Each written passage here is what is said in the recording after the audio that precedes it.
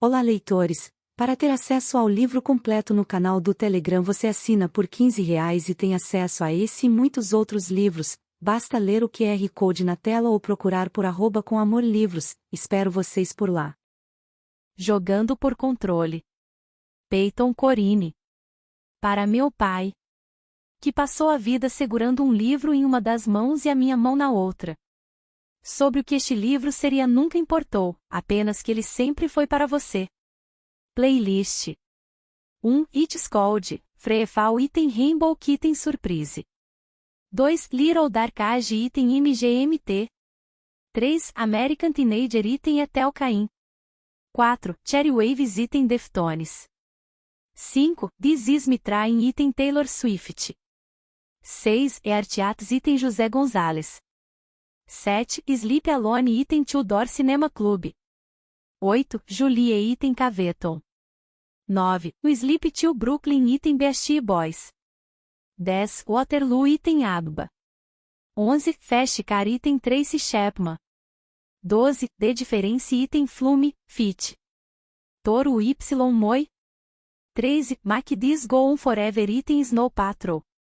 14. Comfortably no item American Football, Fit. Hayley Williams. 15. The Hills item The Vec. 16. Getava Car item Taylor Swift. 17. Losing My Religion item REM. 18. Barely Briefing item Duncan Shake. 19. Let's Get Lost item Back Bat for Lashes. 20. Gilded Lily item Cuts. 21. Medley About item Chase Atlantic. 22. Asfalta Meadows item Def Cab for Cutie. 23. The Kids Aren't All Rigged item The Offspring. 24. Sex item de 1975. 25. A Little Def item The Neighborhood. 26. Cupid's Shockeld item Gym Class Heroes, Fit. Patrick Stone. 27. Cherry Flavored item The Neighborhood. 28. Peas item Taylor Swift. 29. Ipi Kiaya item Hippocampus. 30. Killer item Phoebe Bridgers. 31. Revolution Zero item Boy News. 32. Don't Look Back in Anger item Oasis. 33. Savior Complex item Phoebe Bridgers. 34. Sparks item Coldplay. 35. California item Lana Del Rey. 36. Your Best American Girl item Mitski. 37. R.U. Mini. Item Arctic Monkeys. 38. When I Get My Hands on You item The New Basement Tapes. 39. Matilda item Harry Styles. 40. Family Line item Conan Gray. 41. Boy with the Blues item The Lassie. 42. Heaven item Brandi Carlile. 43. Love Song item Lana Del Rey. 44. Beat the Hand item Boy News. 45. Delicate item Damien Rice. 46. Enter Sandman item Metallica. 47. Repiat Until Death item Novo Amor. 48. Wish You Are Here item Pink Floyd. 49. Jack and Wilson item Ozier. 50. Space Song item Beach House. Prólogo. 3 meses antes. RHYS. Não consigo respirar. O frio congelante penetra pela camisa do uniforme e atinge minha barriga. Caramba, estou deitado de bruços no gelo. Será que eu desmaiei? Filho, tá tudo bem. Consegue levantar a cabeça? Está tudo escuro. Fecho os olhos e os abro de novo. Nada. Pisco mais vezes ou, pelo menos, acho que pisco. Nossa, quanto tempo será que fiquei apagado? Koteski, você tem que respirar, diz outra voz, então alguém segura meu braço. Não mexe nele, Reiner, espera. Ouço o arranhar de uma lâmina contra o gelo, depois a voz do meu melhor amigo, Bennett. O que foi? O que aconteceu? Quero chamá-lo. Tento falar o nome dele, desesperado, mas parece que meus lábios estão grudados. Pra trás, pessoal. Pra trás. Não consigo ver, digo com esforço. Não consigo ver. A segunda vez sai como um soluço sufocado. Fica calmo, diz bem, e sua voz suave controla um pouco do medo e da adrenalina que correm dentro de mim. Vai com calma, RHYS. Só respira. Cadê meu pai? Não consigo ver nada. Minha voz parece uma coisa estranha ecoando numa caverna. Estou mesmo falando ou estou só imaginando? Por que não consigo ver?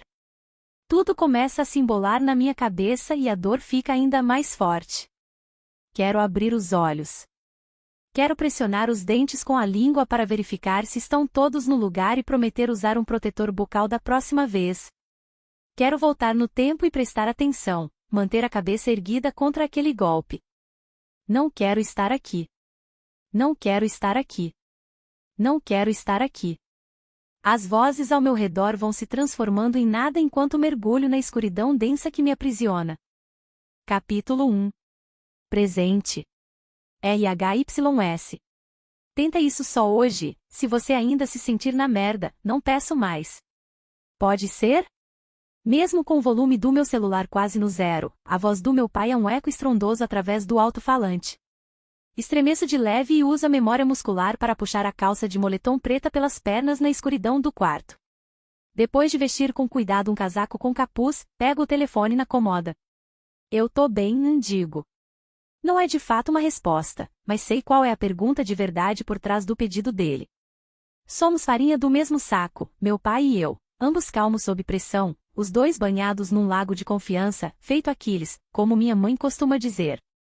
Fui comparado com meu pai durante toda a minha vida, por conta da aparência, da maneira como patino, como jogo, e, ao contrário de muitos dos filhos de jogadores lendários que conheci na NHL, a Liga Nacional de Hóquei no Gelo, eu não ligo. Meu pai sempre foi meu herói. É por isso que tenho certeza de que ele me pediu para trabalhar hoje na Fundação Primeira Linha, uma instituição de caridade que ele fundou depois de se aposentar da NHL, só para ficar de olho em mim. Antes, costumávamos falar de hóquei por horas, mas agora mal temos conversas superficiais, e sei que ele percebeu que comecei a evitá-lo. A fundação oferece bolsas de estudo para crianças que querem jogar hóquei e não têm os meios para isso. Já trabalhei no programa antes, e até gostei, mas agora. Parece assustador, como se, mesmo agora, eu soubesse que os sorrisos das crianças não vão afastar o medo constante que preenche o vazio do meu corpo. RHYS, chama ele mais uma vez, sua voz ainda muito alta. Respiro fundo, calço os sapatos, pego minha bolsa esportiva e saio para o ar quente de junho. Só, tenta fazer isso hoje. E aí, se tiver vontade, pega as chaves amanhã de manhã para treinar um pouco antes de o rink abrir. Assinto enquanto jogo a bolsa no banco de trás do meu BMW. Fui liberado para dirigir há pouco mais de um mês, mas mal saí de casa durante todo esse tempo. Tá bom, digo por fim, as mãos apertando o volante no silêncio que se segue. O zunido que se ouve no alto-falante chiado do meu pai indica que ele está dirigindo sua velha caminhonete, que minha mãe chama de aquela coisa, com as janelas abertas. E, se você não estiver pronto este ano, não precisa se forçar a fazer nada. Um ano a mais poderia ser bom para causar uma impressão melhor nos olheiros antes da próxima seleção. A próxima seleção. Meus ombros se elevam, na defensiva, mas não consigo evitar o leve apelo disso, o momento em que já não me sinta desse jeito em relação ao hóquei, em que ame o esporte de novo, como sempre amei. Isso é ridículo. Não sou um soldado. Jogo hóquei pela NCCA? Já deveria ter superado isso. Eu interrompo antes que a conversa me faça surtar e me mande de volta ao meu quarto, com as cortinas bem fechadas para nenhuma luz passar. Eu quero jogar. Tô pronto para jogar de novo, minto. É uma frase que tenho praticado, então as palavras saem com mais facilidade do que respirar. Tô bem. Um suspiro profundo chega pela linha antes de nos despedirmos rapidamente e eu enfim dar a partida no carro. O rink está lotado, ainda mais para uma quinta-feira, bem na hora do jantar. Crianças de 5 a 13 anos circulam por ele com alguns voluntários que reconheço de funções anteriores, jogadores aposentados, pais com alguma experiência relevante.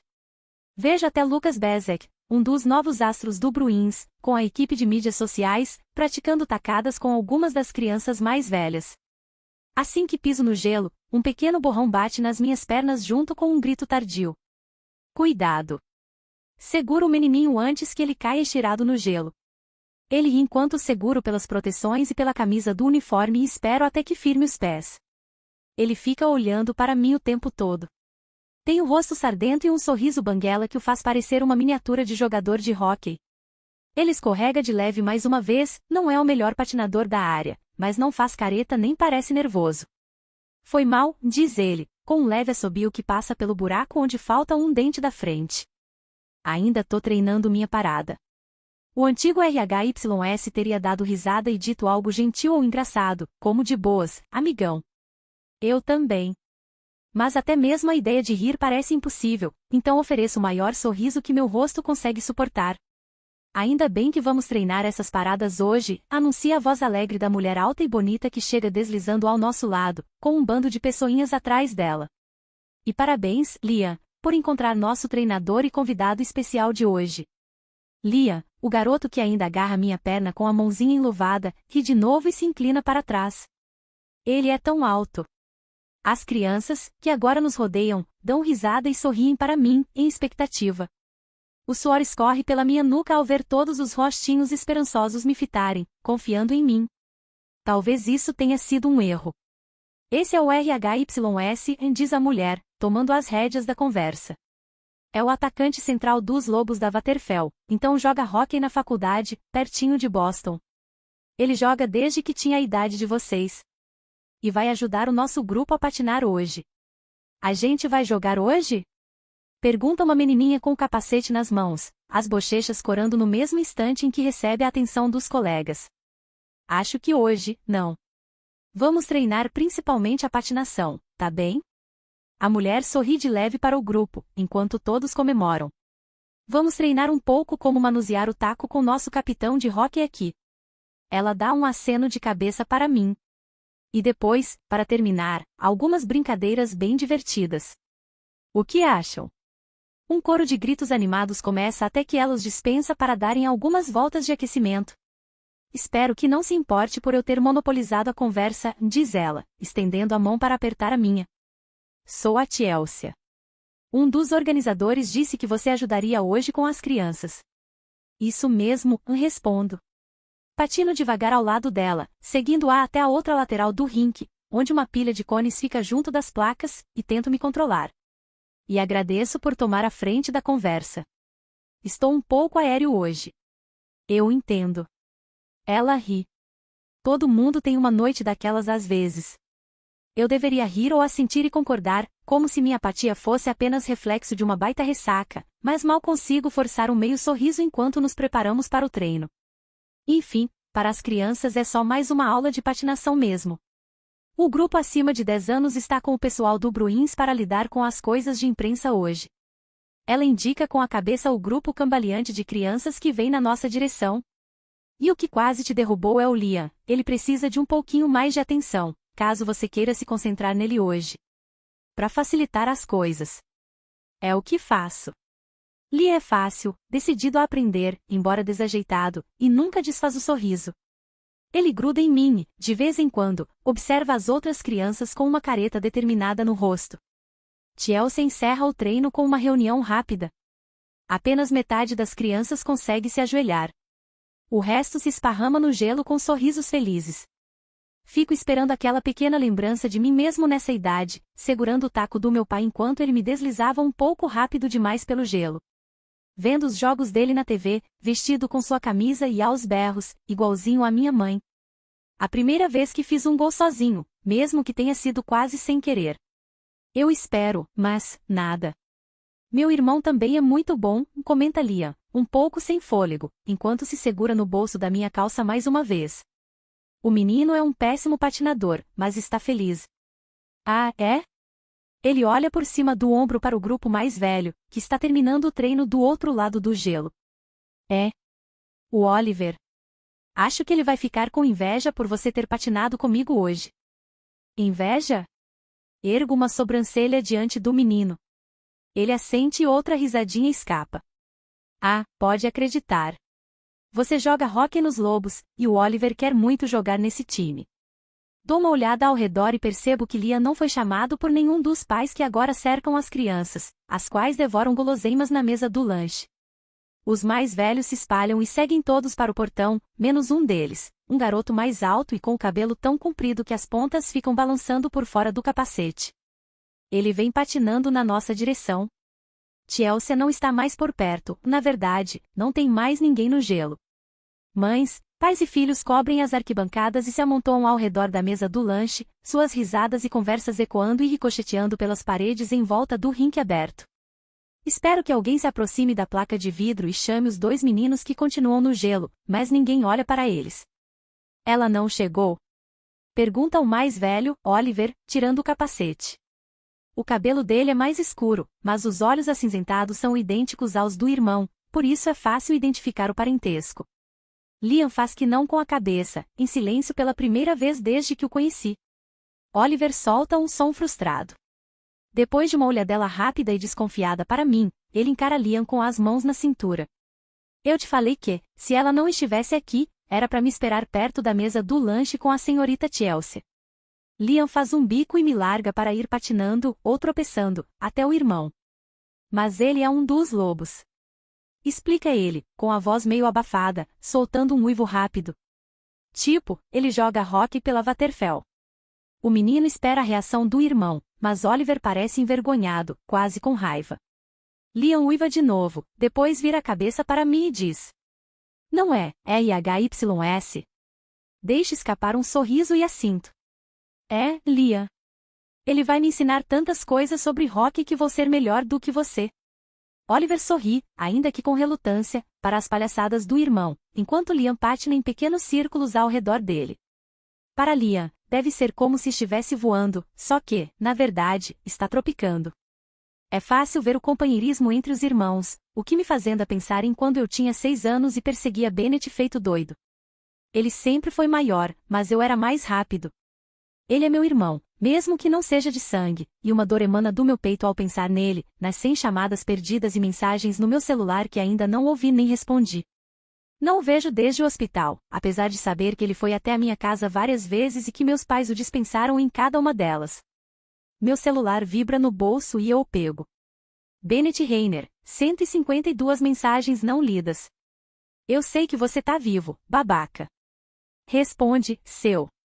Sem me preocupar em ler mais do que o trecho da notificação, coloco o aparelho de volta no bolso e ignoro a pontada de culpa que ameaça surgir. Volto a focar nos garotos que estão olhando fixamente para mim. De repente, Chelsea se junta a nós. Ela abre um sorriso radiante para os meninos e dá de ombros para mim antes de se inclinar e sussurrar no meu ouvido. Eles são sempre os últimos aqui. Enquanto ela fala, olho ao redor e vejo que a mesa do lanche ficou vazia e somos os únicos 4 que sobraram em todo o rink. Alguém tem que ficar com eles até. Uma porta bate e uma mulher corre pela rampa em direção ao portão. Ela é pequena e está usando uma legging preta e um casaco de moletom azul em que cabem quase 2 dela, com um rabo de cavalo meio solto e afofado pelo capuz caído nos ombros. Seu olhar perdido e distante faz com que eu me pergunte quando foi que ela dormiu pela última vez. Vejo o rosto de Liam se iluminar, seus joelhinhos se dobrando como se pudesse pular de empolgação caso não tivesse medo de cair. Ao meu lado, Chelsea bufa, revira os olhos e me lança um olhar que diz que esse atraso está longe de ser o primeiro. Cheguei. Grita a recém-chegada, a mochila quicando com força contra as costas. Ela corre para o gelo ainda com os tênis sem cadarços, deslizando sem rumo por um momento antes de recuperar o equilíbrio e dar passos rápidos em nossa direção.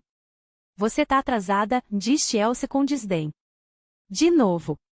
As mãos de Chelsea cobrem os ombros de Oliver em um gesto protetor e o tom vermelho se espalha ainda mais pela pele já corada da recém-chegada. Eu sei, diz ela, ajoelhando-se no gelo para ficar na mesma altura dos olhos de Liam, que ainda está empolgado, sem nenhum sinal de frustração em relação a mãe? Ela parece nova demais, levando em conta que Oliver deve ter uns 11 anos. A mulher olha em volta por um breve instante e só então um lampejo de reconhecimento me atinge.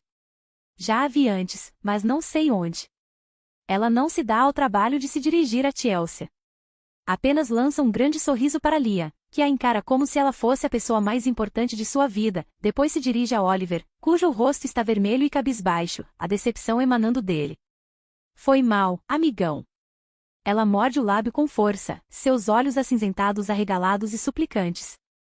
Eu me esforcei bastante. Eu fiquei ainda mais rápido hoje, diz Liam, completa e alegremente alheio à frustração óbvia do irmão. A jovem dá uma piscadela para o menino e esfrega a cabeça dele de leve, bagunçando seu cabelo enquanto se levanta. Aposto que um dia você vai ser ainda mais rápido do que o Crosby. Quase chego a bufar, em parte porque agora estou imaginando um pôster de Sidney Crosby no quarto de infância dela. Apesar de os meus lábios nem começarem a se curvar, nenhum indício de uma risada se aproximando, fico surpreso com a rapidez com que ela arrancou alguma reação do meu corpo vazio. Crosby não é o mais rápido. E você prometeu que estaria aqui para ver, acusa Oliver, ainda emburrado, as bochechas coradas. Oliver, foi mal, campeão. Prometo que vou estar aqui. Você diz isso toda vez e não aparece por causa dele. O garoto cospe a última palavra como veneno, e a expressão dela se fecha. Está claro que, quem quer que seja, ele é um problema constante. Um namorado, talvez? Cruzo os braços e percebo que concordo um pouquinho com Chelsea. Que tal você me mostrar agora? Pede a jovem num tom esperançoso, tentando mudar o rumo da conversa. Me dá um minuto para colocar os patins e vou até correr com você. Na verdade, interrompe Chelsea, a gente precisa sair do gelo agora. Vão limpar tudo antes da partida da Liga Adulta desta noite. Vem, Oliver, vamos pegar um biscoito na mesa do lanche. Guardei um pouco para você. Oliver segue Chelsea enquanto ela patina em direção à saída. Só então percebo que a garota me encara com as sobrancelhas franzidas. Inseguro de uma forma que nunca teria ficado antes do acidente, me impertigo, endireitando a coluna. Meus braços ficam soltos ao lado do corpo por um momento, mas de alguma forma parece pior. Eu os cruzo, mas me sinto ainda mais ridículo, então os deixo cair de novo e levo uma das mãos ao bolso. Quem é o grandalhão? Pergunta ela a Liam, erguendo uma sobrancelha para ele antes que o menino sorria. Ah, tá, já sei.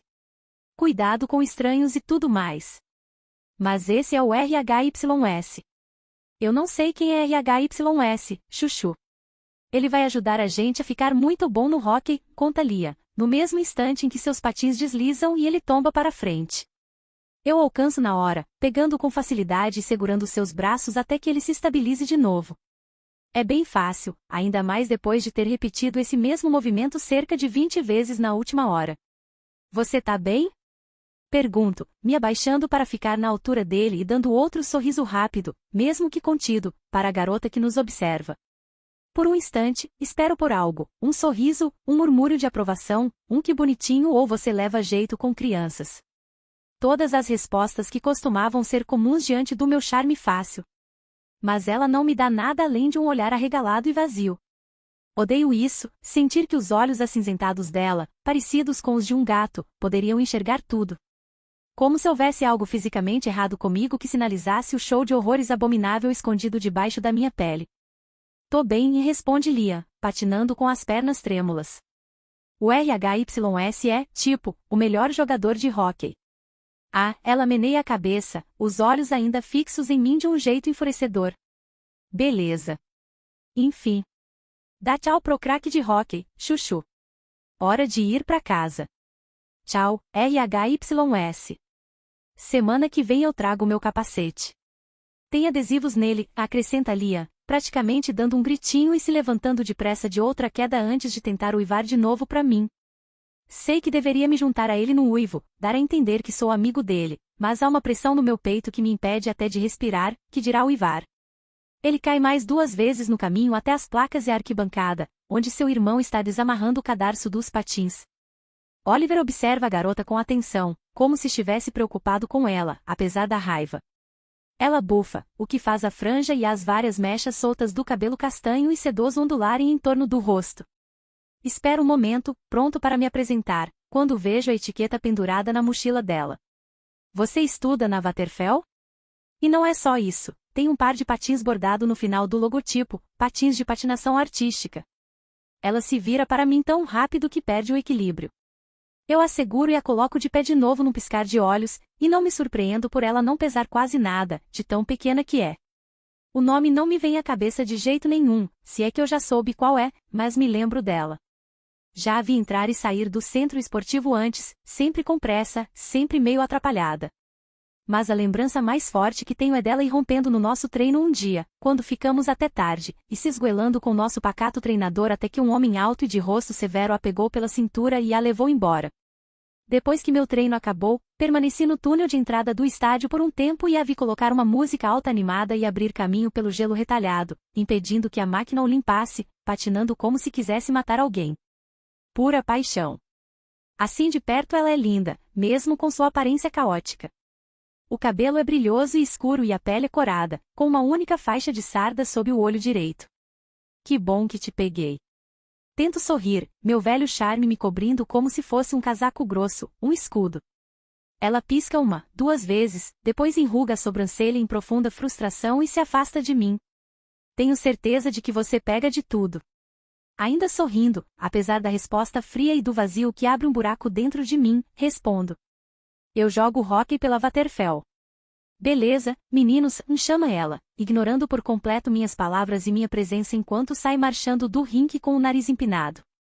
Alguma coisa dentro de mim se retorce, seja por ela rejeitar o que costumava me conferir o valor que eu tinha antes ou por não me reconhecer. Vamos embora, diz ela. Os dois meninos pegam as mochilas com os equipamentos e vão atrás dela. Lia está tão animado quanto antes e Oliver, tão abatido quanto antes. Olhar para a expressão desanimada dele parece um soco no peito, então corro para fora do gelo atrás dos três. Ei! Chamo e espero enquanto eles se viram. Posso falar com você um minuto? Ah, desculpa, você não disse seu nome. Liam ri e aponta para a garota franzina que está um degrau acima dele. Essa é a Sadie. Valeu, seu manezinho. Ela revira os olhos, batendo com o quadril na altura do ombro dele enquanto olha para mim. Falar do quê? É sobre os meninos. Só. Eu paro de falar enquanto ela desce até mim. Quanto mais perto fica, mais meu coração dispara diante da ideia de discutir com ela. O quê? O tom dela é tão agressivo quanto sua postura, de braços cruzados e me encarando, como se fosse ela o atacante central de 1,90 metros com quase 8 centímetros a mais de patins. Sei que sou novo no programa de bolsas de estudo, mas o Liam e o Oliver são ótimos, mesmo tão jovens. Eu sei. Consigo manter o sorriso, principalmente porque tenho uma quentura revirando o meu estômago. E, bem, acho que o apoio dos pais é importante para as crianças, especialmente sobre os interesses delas. Vai direto ao ponto, craque. Tá, tudo bem. Chega de charme. Endureço o olhar e cruzo os braços. Você deveria se esforçar para estar aqui. Não esquecer sua promessa. Os olhos dela entram em combustão diante de mim, o fogo queimando debaixo do cinza escuro, e, por um momento, acho que ela pode me atacar, tentar me empurrar contra as placas. Quem sabe isso ajude, quem sabe me force a sentir algo além do abismo escancarado dentro de mim. Quem sabe, se for mais forte do que parece, ela me derrube. Para falar a verdade, torço para que isso aconteça. Entendido. Mais alguma coisa que queira cuspir aí de cima do seu pedestal? Sadie não espera nem um segundo antes de continuar. Ótimo. Ela bate palmas uma vez, ríspida. Que bom que tivemos essa conversa. Espera. Tento de novo, minha frustração aumentando quando alcanço o pulso dela e a impeço de ir. O contato físico a faz explodir e se desvencilhar em seguida, como se eu tivesse tentado atear fogo nela. Eu a solto no mesmo instante, então vejo a mão pequena dela ao redor do meu pulso, ainda que não o envolva por completo. Na tentativa de se defender, ela o torce feito um valentão no parquinho, o que causa um arrepio na minha espinha. Nunca mais pegue em mim desse jeito. Ela torce um pouco mais meu pulso e quero pedir que continue esse aperto quente, porque é a primeira coisa além de dor que sinto em meses. Mas não posso, porque, quando engulo em seco e desgrudo a língua do céu da boca, os três já foram embora. Capítulo 2. Sadie. Terça-feira é o pior dia da semana para mim. Sadie, por favor.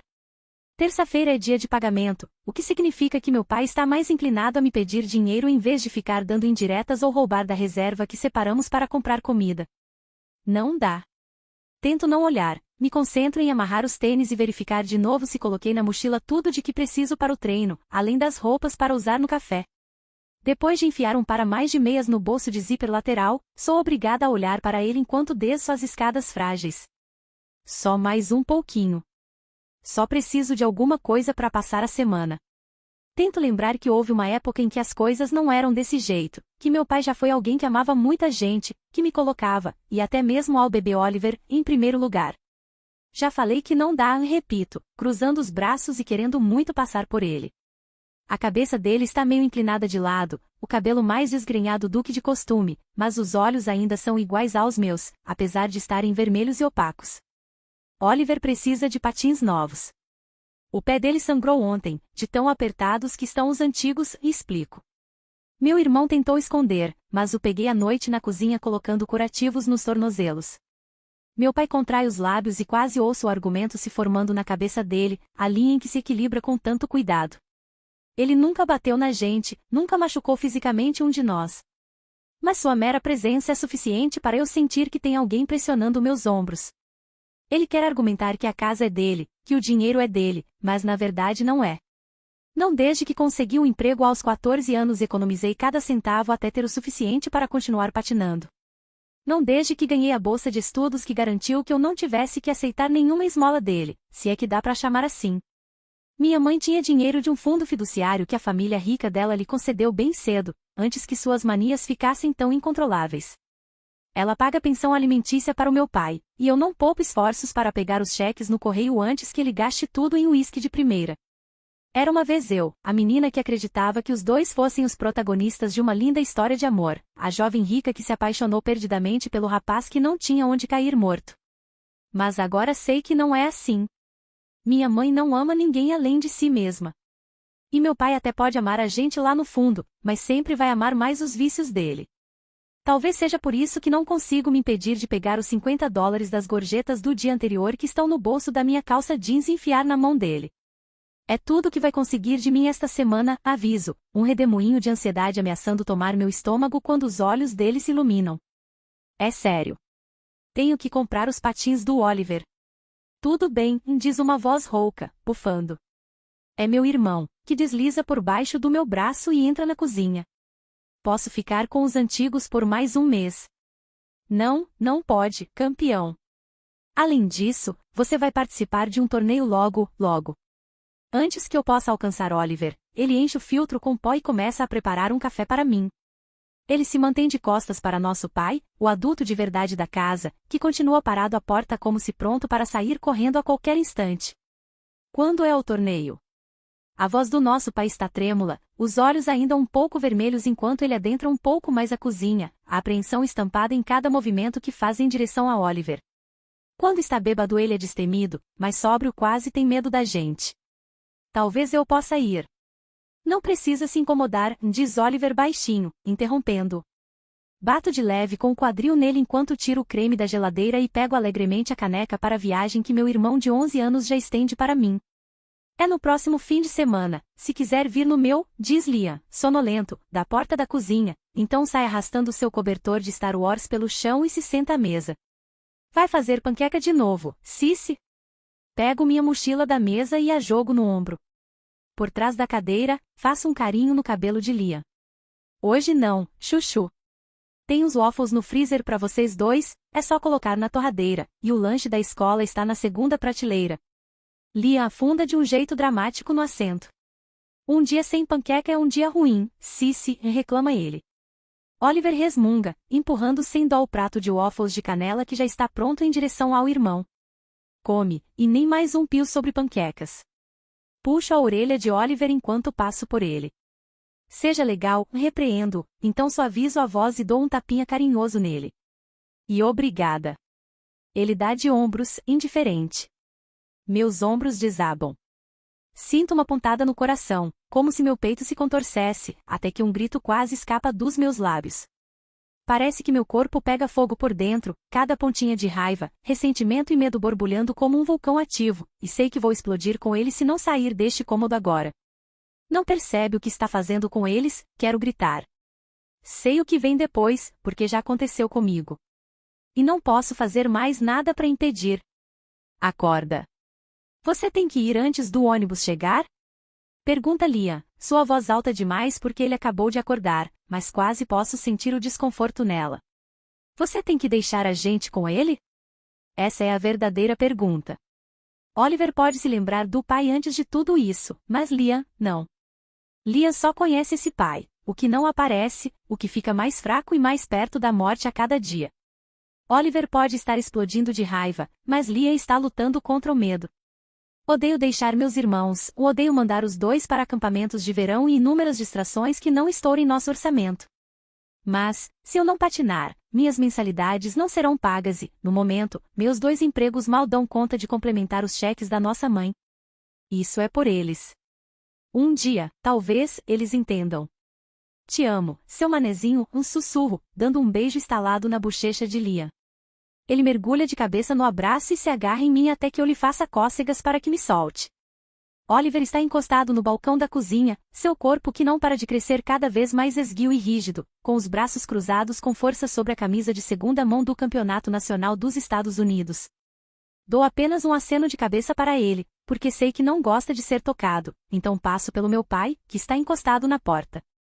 Ele abre a boca como se quisesse dizer algo, então eu espero, porque alguma parte de mim se agarra à possibilidade de que meu pai volte. Mas ele fica calado. E eu continuo querendo gritar.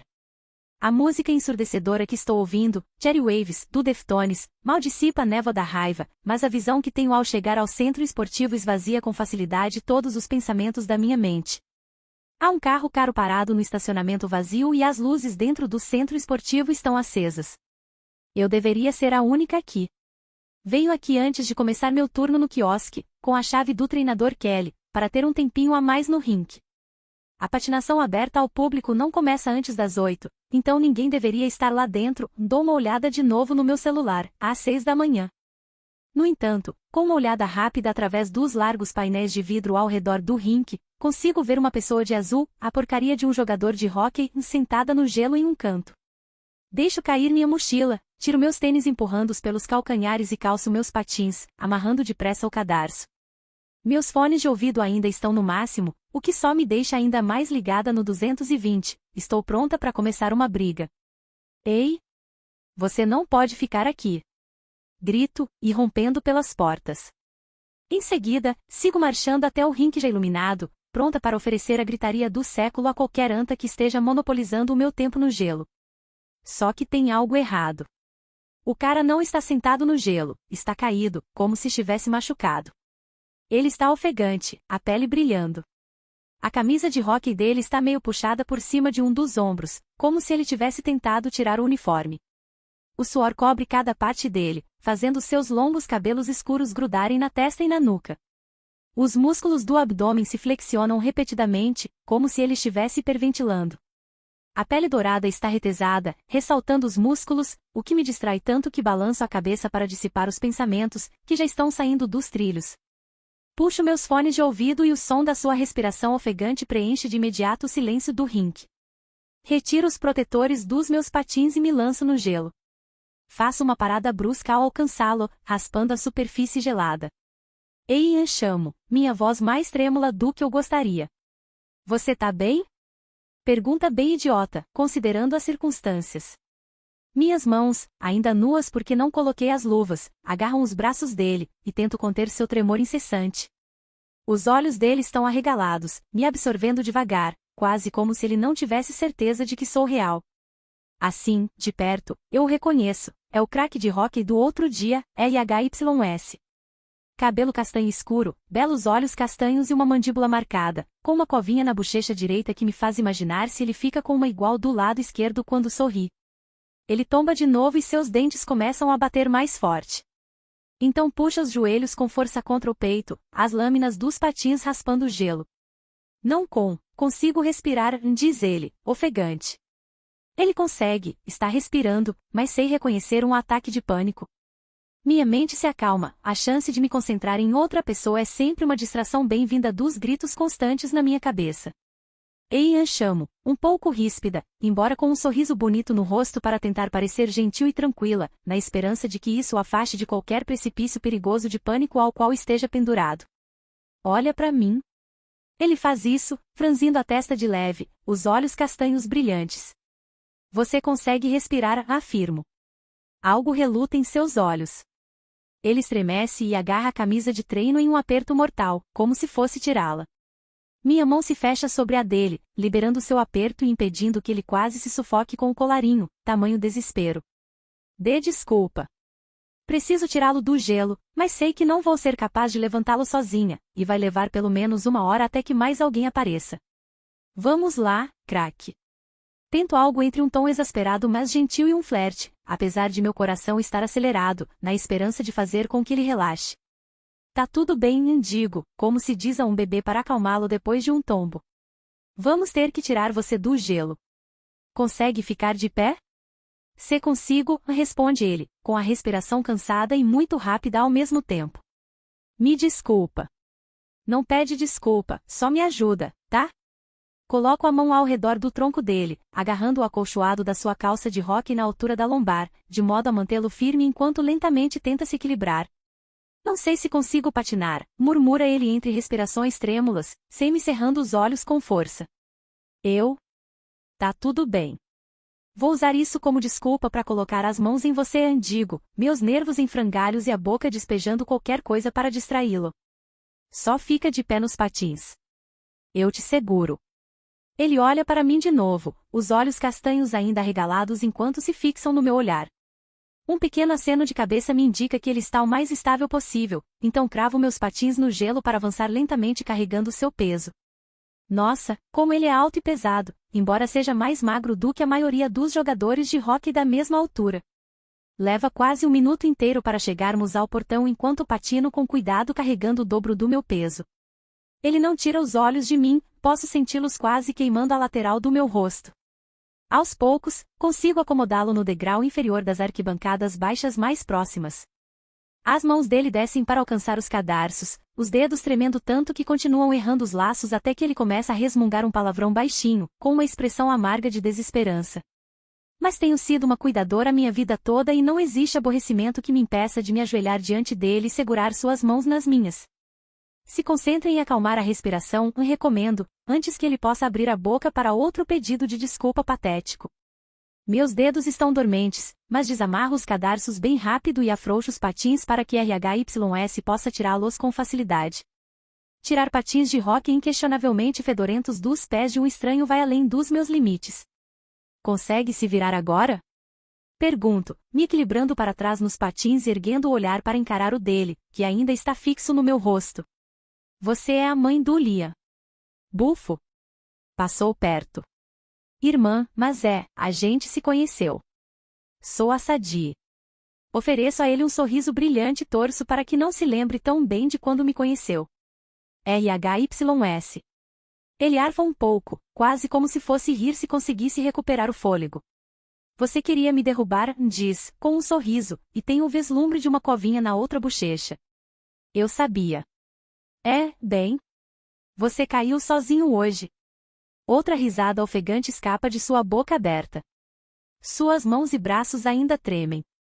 Está tudo silencioso de novo, há apenas o zumbido das luzes e dos maquinários como pano de fundo enquanto o analiso com cuidado. Quero falar, preencher o silêncio com algo reconfortante, mas percebo que estou sem palavras. Você é a patinadora artística que parece em chamas. Franzo a testa. Como é que é? Ele bufa e sorri preguiçosamente, feito um bêbado sonolento. Deixa pra lá. Por que ele está aqui? O que aconteceu com ele no gelo?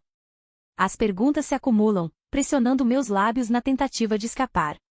Mas basta um olhar para sua postura relaxada e vulnerável, e eu me calo.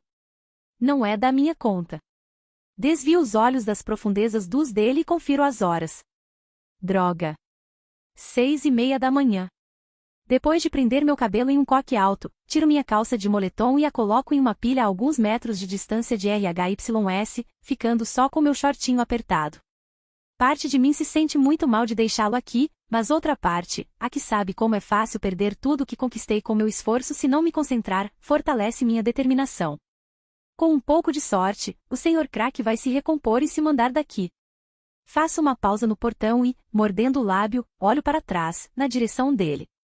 Consegue ir embora numa boa? Tá tudo bem agora? Ele assente devagar, mal abrindo os olhos, e faz um joinha rápido. Pega os patins numa mão e segura o corrimão com a outra, se apoiando com força ali antes de deslizar a mão para a parede e subir a rampa até a saída. Após o som da porta sendo fechada, me concentro de novo e conecto meu celular na caixa de som portátil que meu treinador me deu para que eu possa treinar a coreografia curta da programação antes do início do meu turno. Ou, pelo menos, tento me concentrar. Porque, não importa quão alta esteja a música ou quantas vezes eu caia enquanto executo, e erro, um salto triplo, nada consegue tirar da minha cabeça o jogador de hóquei de olhos tristes.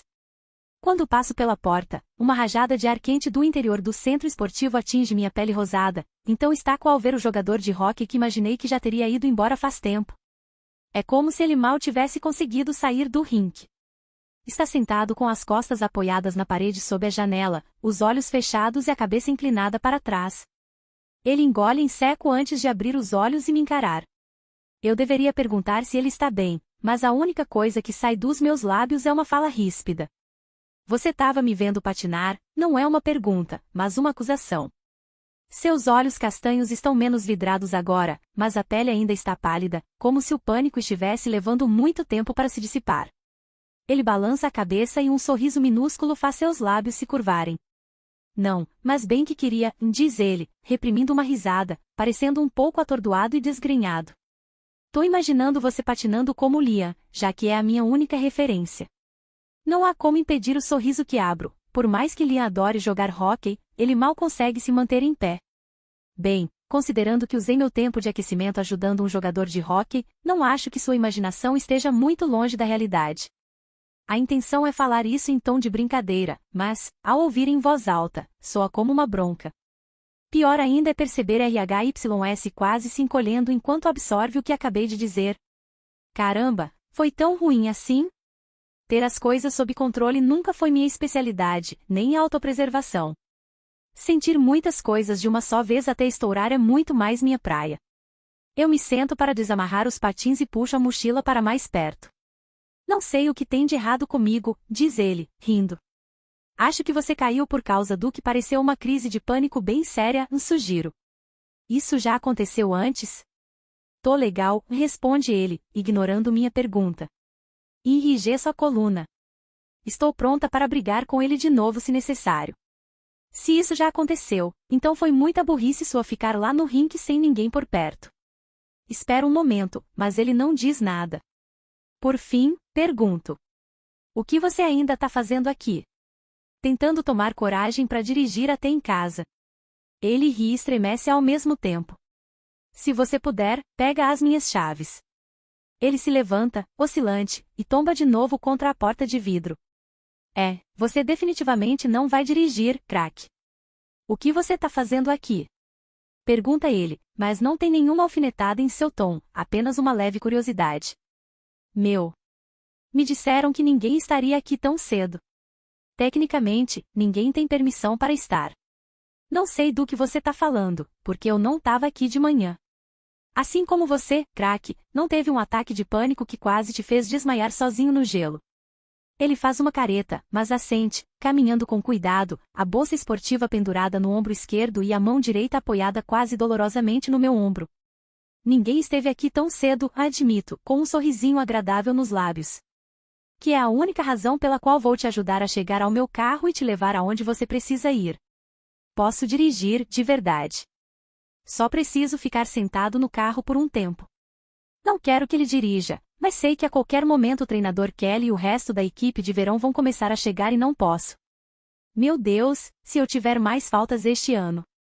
Chega. Balanço a cabeça e me endireito.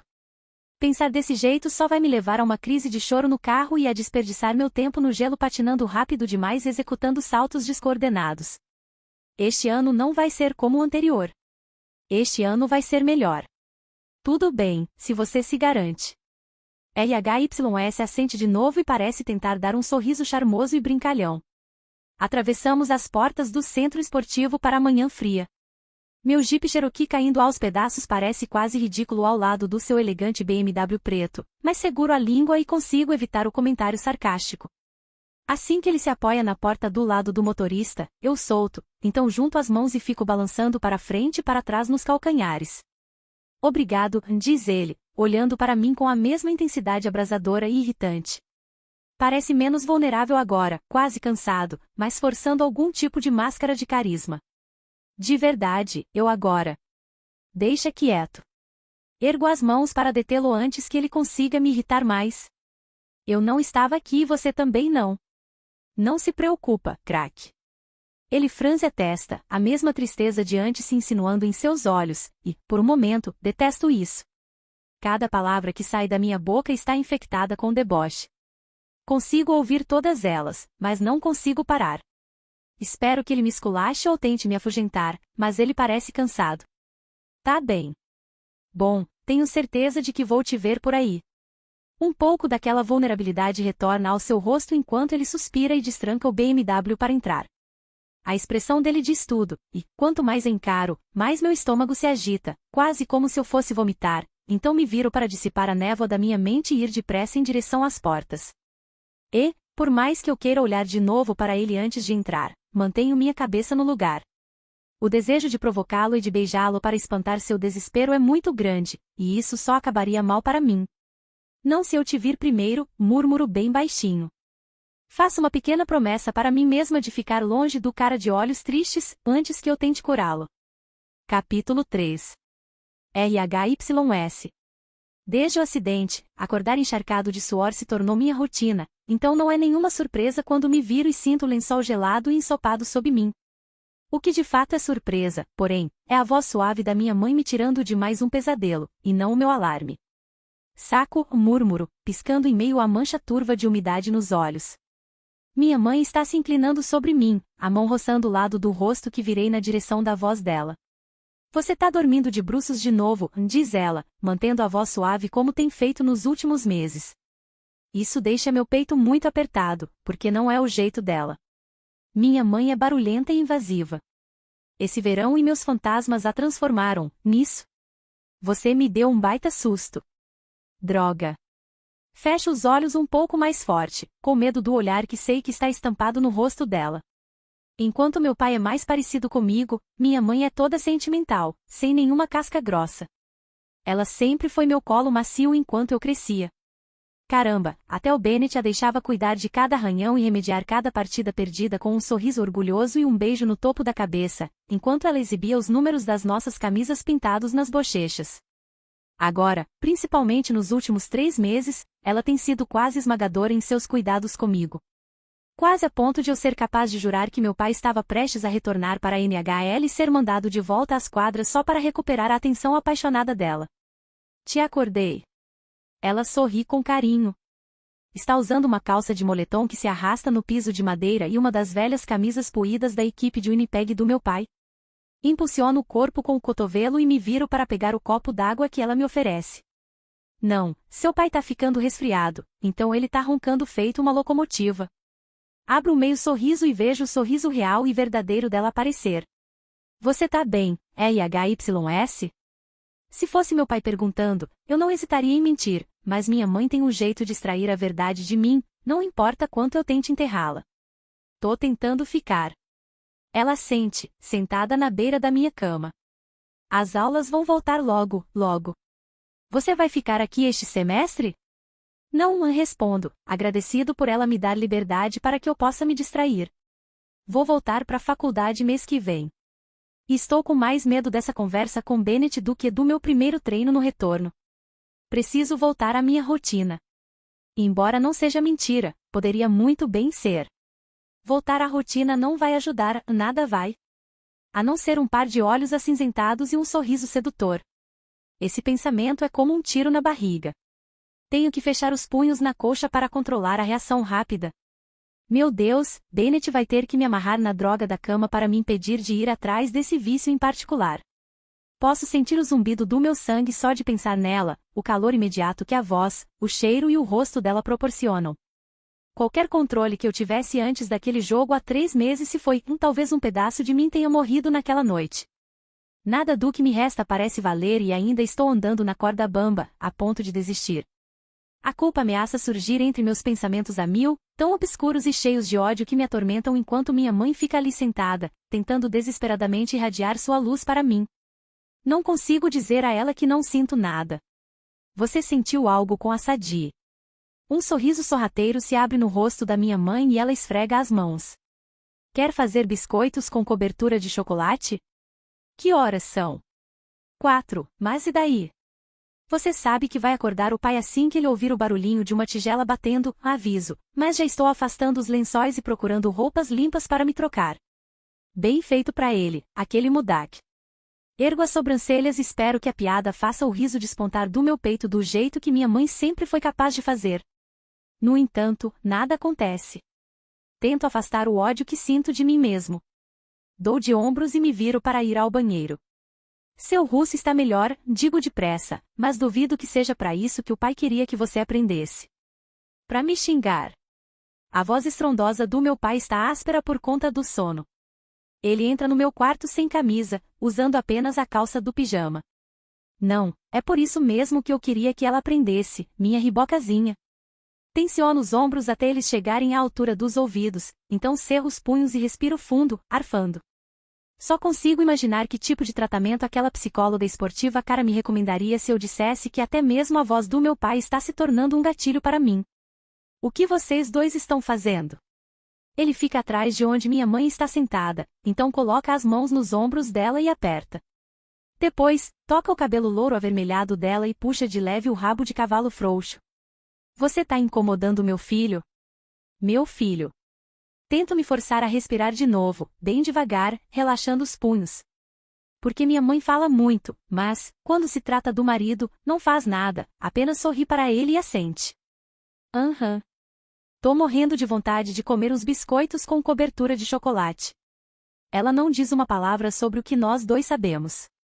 Que meu pai não ronca. Que o sono dela ficou leve desde que me encontrou quase sufocado por causa de um ataque de pânico durante o sono meses atrás. Que ela acordou esta noite com sons de gritos abafados e provavelmente quase teve um piripaque quando percebeu que eu estava de bruços de novo. Meu pai franze o nariz, porque, por mais que ele adore qualquer coisa que minha mãe prepare e fosse ficar feliz de comer carne crua se ela servisse, a verdade é que ele detesta a cobertura de chocolate com todas as suas forças. Bem, o que a gente ainda tá fazendo aqui? Demora 1 hora só para pré-aquecer o forno. Os dois ficam de pé e começam a ir em direção à porta, mas fazem uma pausa e esperam por mim. Toda sorridente e apaixonada, minha mãe tenta esconder a preocupação se jogando preguiçosamente nos braços do meu pai. Mas os olhos dele são implacáveis enquanto analisam todos os meus músculos, vendo demais e, ao mesmo tempo, sem enxergar nada. Será que ele vê um estranho em vez de alguém igual a ele, como um dia viu?